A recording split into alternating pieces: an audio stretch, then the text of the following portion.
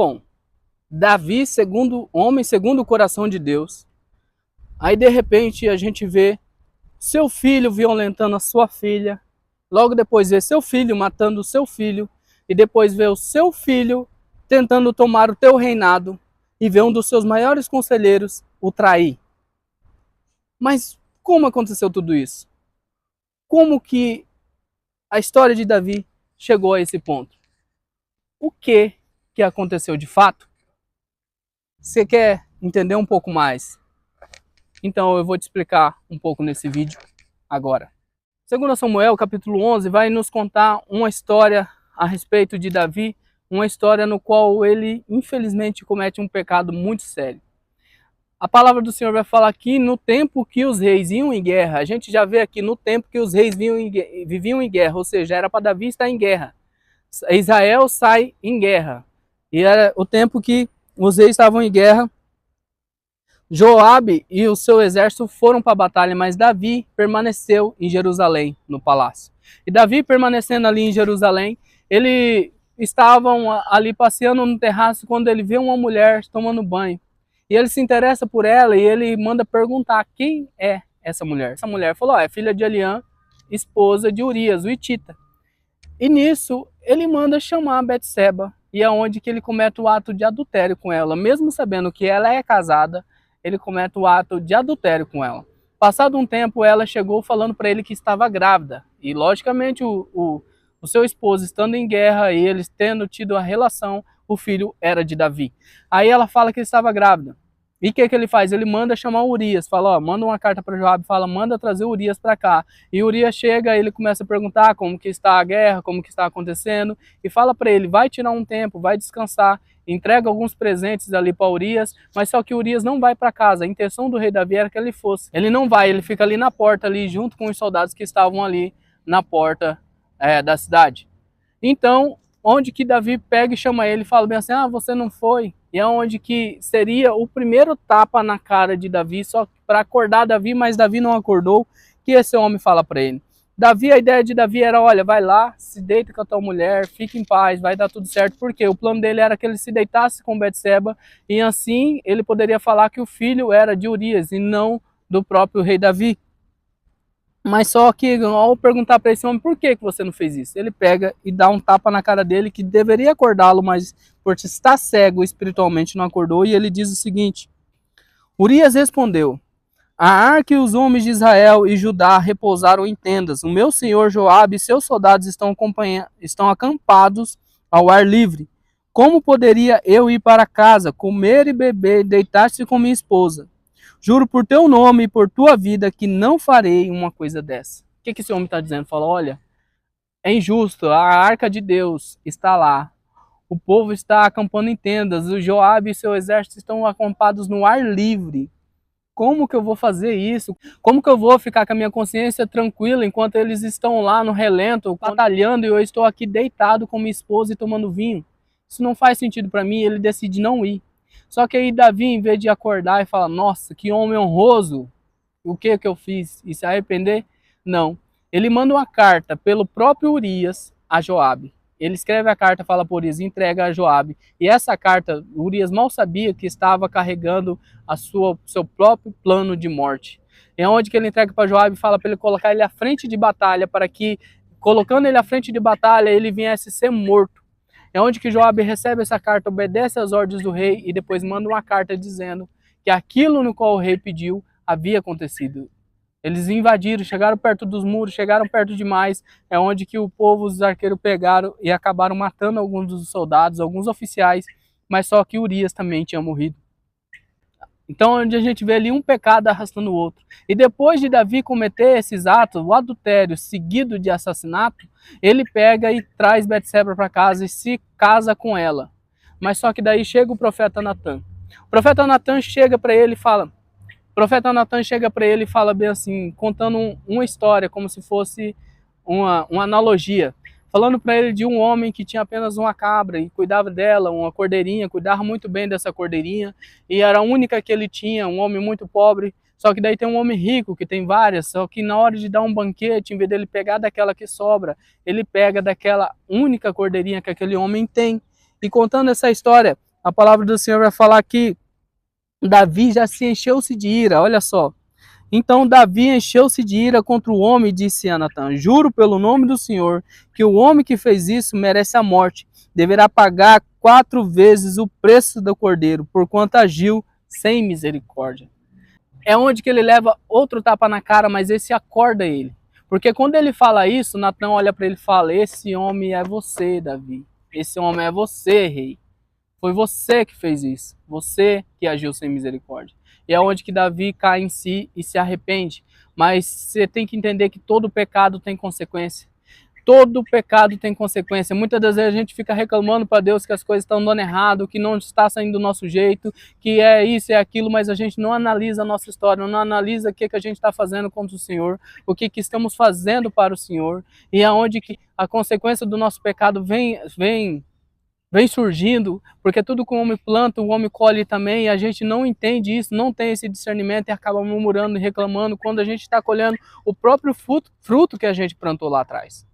É isso que acontece muitas das vezes. Só que as pessoas são soberbas, elas não querem admitir que o que elas estão colhendo é o que ela plantou. Elas não querem admitir que o pecado tem consequência, mas o pecado tem consequência sim.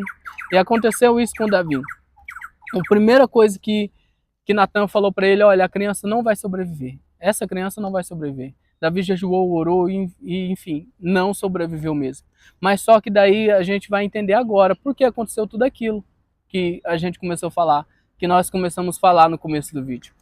Que ele vai dizer o seguinte,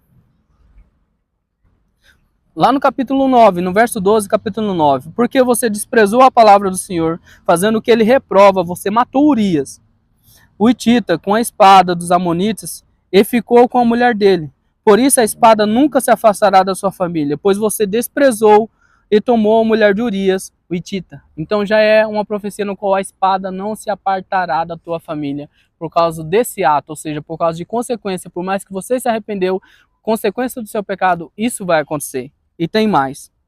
Assim diz o Senhor, da sua própria família trarei desgraça sobre você, tomarei as suas mulheres diante de todos os seus próprios olhos e os darei a outro, e ele se deitará com elas em plena luz do dia. Você fez isso às escondidas, mas eu farei diante de todo Israel em plena luz do dia. Isso te lembra a história de alguém? Um fato que aconteceu? É mais uma consequência do pecado de Davi. É mais uma consequência de um erro que ele poderia ter evitado, mas ele não evitou e sim só piorou.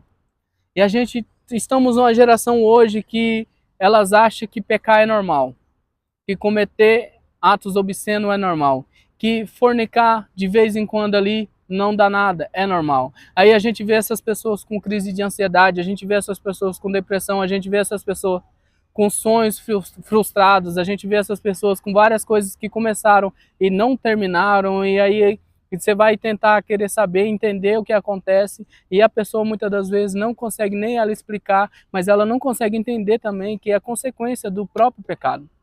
É consequência do próprio erro. Come, planta, colhe. Isso é inevitável. Isso aconteceu com Davi. E é assim que a gente vai conseguindo entender como que aconteceu tudo aquilo. Porque logo depois disso, o filho já não sobrevive. Por mais que ele jejue e busque por isso, não acontece. O filho não sobrevive. E a palavra do Senhor vai falar, passando um tempo depois do quê? Desses atos. Passando um tempo depois, acontece a história de Tamar e Aminon. Acontece essa história mais trágica ainda.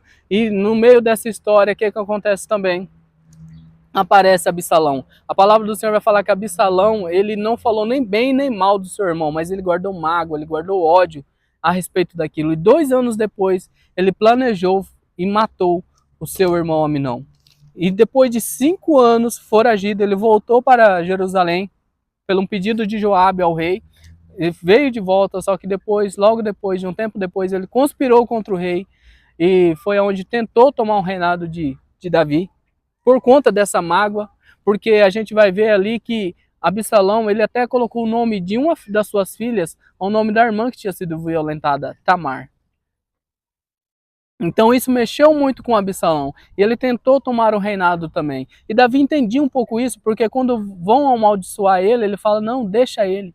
Às vezes foi o próprio Deus que mandou, porque ele tinha ciência do que ele já tinha feito lá atrás. Portanto, que eu acredito que ele não corrigiu Aminon à altura por causa que ele se sentia culpado. E ele não corrigindo Aminon à altura por causa da culpa, ele permitiu que Absalão guardasse mágoa e matasse seu irmão depois. E isso foi desencadeando várias coisas. Aminon, Tamar, Absalão, Aitofel, e foi onde que essas histórias trágicas aconteceram. E isso começou lá atrás, quando Davi, em vez de estar em guerra, em vez de estar em batalha, resolveu ficar em casa, resolveu ficar sem fazer nada. Então a gente tem que tomar muito cuidado com o que a gente está ocupando nosso tempo. Às vezes a gente pega e fala bem assim, eu vou visitar só um site ali, não tem nada a ver. Ah, eu vou flertar com um pecado ali, não tem nada a ver. A gente vai deixando, vai dando liberdade, vou dar só uma olhadinha, quando você vai ver, você já criou uma bola de neve. Você cometeu o ato, e aonde que isso vem consequência, vem trazendo várias consequências, e você muitas das vezes nem entende o que está acontecendo, mas é o próprio Deus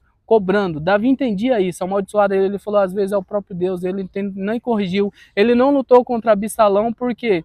Porque ele falou, poxa, eu não sou nem digno mais do reino, olha o que é que eu fiz. Então eu acredito que um pouco de Davi permitir que tudo isso acontecesse assim, dessa forma, era por causa que ele carregava culpa.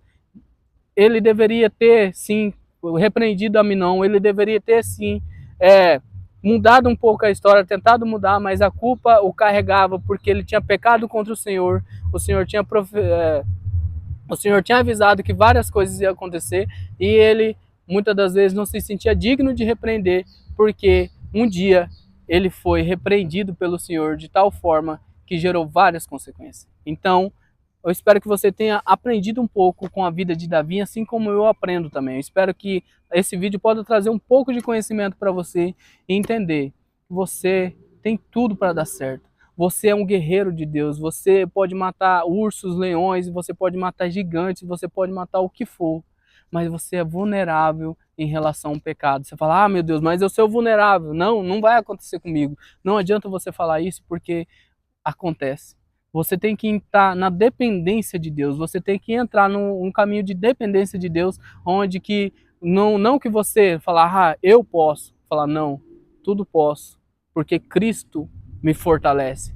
Eu consigo vencer o pecado não porque eu sou bom, mas porque Ele me dá da sua graça, que me capacita a vencer o pecado. E você fazendo isso, você pode acabar mudando a sua trajetória, mudando a sua história. Tira aí da sua cabeça que pecar é normal, tira da sua cabeça que fornicar é normal, tira que adulterar é normal, tira que beber é normal, e coloque na tua cabeça que o normal é você viver no centro da vontade de Deus. Amém?